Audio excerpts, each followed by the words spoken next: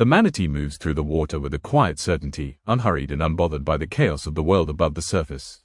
In an age defined by speed, competition, and constant motion, the manatee represents a radically different evolutionary strategy.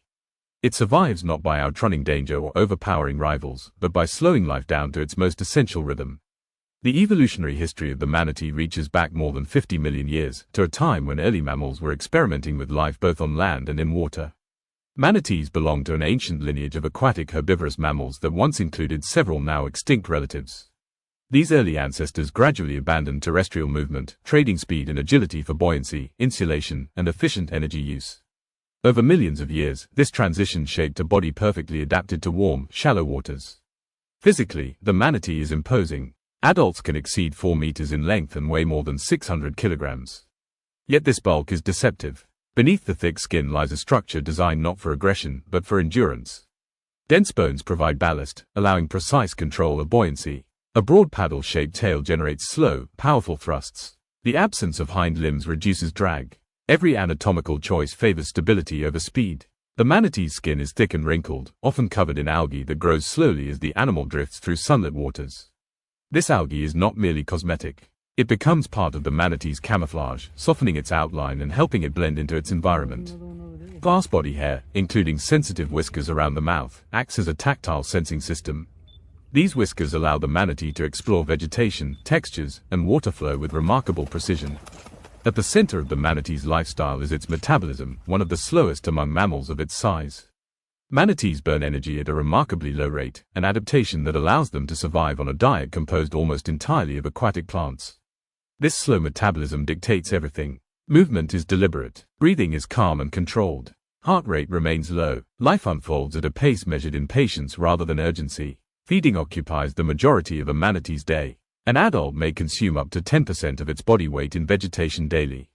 Using flexible lips and strong jaw muscles, the manatee grasps seagrass, freshwater plants, and algae, grinding them with continuously replacing molars. These teeth move forward through the jaw as they wear down, a conveyor belt system evolved specifically for abrasive plant matter. This constant grazing serves a greater ecological function. By consuming large quantities of vegetation, manatees prevent overgrowth that could choke waterways and reduce oxygen levels. Their feeding patterns create channels that allow water to flow freely, benefiting fish, invertebrates, and plant diversity. In this way, the manatee acts as a silent engineer of aquatic ecosystems. Manatees are distributed across warm coastal regions, rivers, and estuaries where water temperatures remain above critical thresholds. Cold is the greatest natural enemy. Without thick blubber like whales, manatees are vulnerable to hypothermia. Seasonal migrations are dictated not by breeding, but by temperature. As waters cool, manatees seek thermal refuges, natural springs, warm river outlets, and increasingly, artificial warm water discharges created by human infrastructure. Socially, manatees are understated.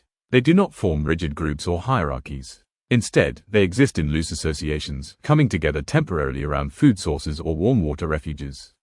Interaction is gentle. Physical contact is common, but rarely aggressive. Mothers maintain close bonds with calves, guiding them through migration routes and teaching them where to feed and rest.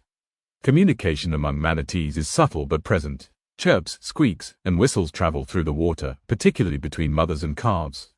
These sounds reinforce bonds and help maintain contact in murky environments. Touch also plays a role. Manatees often brush against one another, reinforcing social tolerance rather than dominance.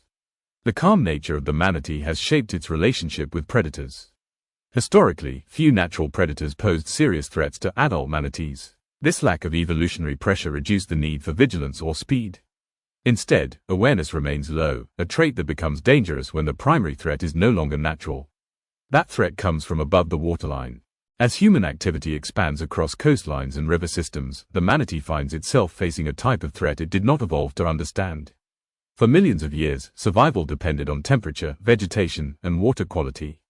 Today, survival depends on avoiding propellers, navigating polluted waterways, and adapting to an environment reshaped at unprecedented speed. Boat strikes are now the leading cause of manatee injury and death. The slow-moving body that once ensured energy efficiency has become a liability. Manatees often rest just below the surface or graze in shallow waters where boats travel fastest. Their hearing detects sound, but interpreting direction and urgency is difficult in noisy, echo-filled waterways. By the time danger is perceived, escape is rarely possible. Scars tell this story clearly. Many adult manatees carry white, crisscrossing marks across their backs, permanent records of collisions survived. Each scar represents not resilience alone, but repeated exposure to risk. Survival becomes cumulative luck rather than adaptive success. Calves are especially vulnerable. A single strike can separate mother and offspring, breaking bonds essential for learning migration routes and safe feeding grounds. Habitat degradation compounds these dangers. Coastal development destroys seagrass beds through dredging, pollution, and sediment runoff. Fertilizers and waste fuel algal blooms that block sunlight, killing the very plants manatees depend on. In freshwater systems, dams and altered water flow reduce access to warm water refuges during colder months. The manatee's world shrinks not gradually, but in fragments. Climate change accelerates this process. Rising sea levels alter salinity in estuaries, shifting plant communities. Increasing storm intensity tears up seagrass beds that take years to recover.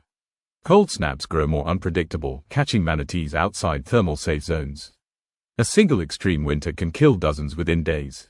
Adaptation, in this case, cannot outpace physics. Despite the gentle reputation, manatees experience stress deeply. Chronic stress alters feeding behavior, suppresses immune response, and reduces reproductive success. In disturbed habitats, manatees spend more time vigilant, less time feeding. Energy budgets tighten, calves grow more slowly, mortality rates rise quietly, without spectacle. Reproduction itself is a slow process. Females give birth to a single calf after a long gestation, often waiting several years before reproducing again.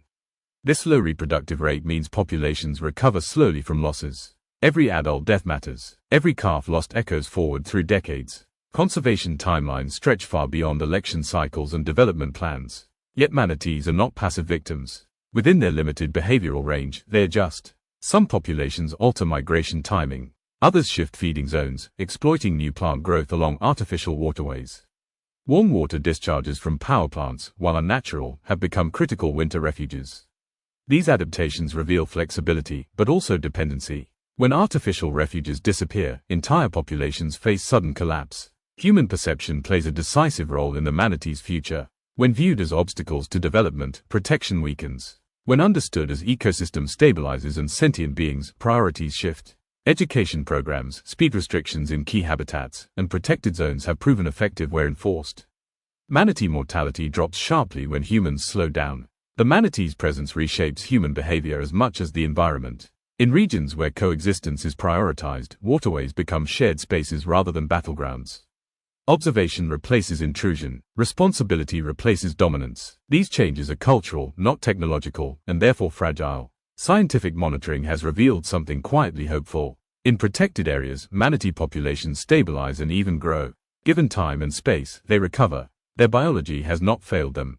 Their vulnerability lies not in weakness, but in mismatch, a slow organism trapped in a fast system. At its core, the manatee represents a living challenge to modern values.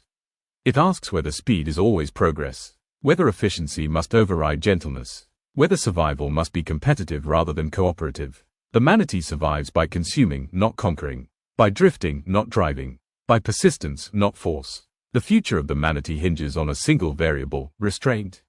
Not technological restraint, but behavioral restraint. Slower boats, cleaner water, protected plants, patience. And patience is something evolution gave the manatee in abundance. The future of the manatee is not written in catastrophe, but neither is it guaranteed. It exists in a narrow corridor between protection and neglect, awareness and indifference.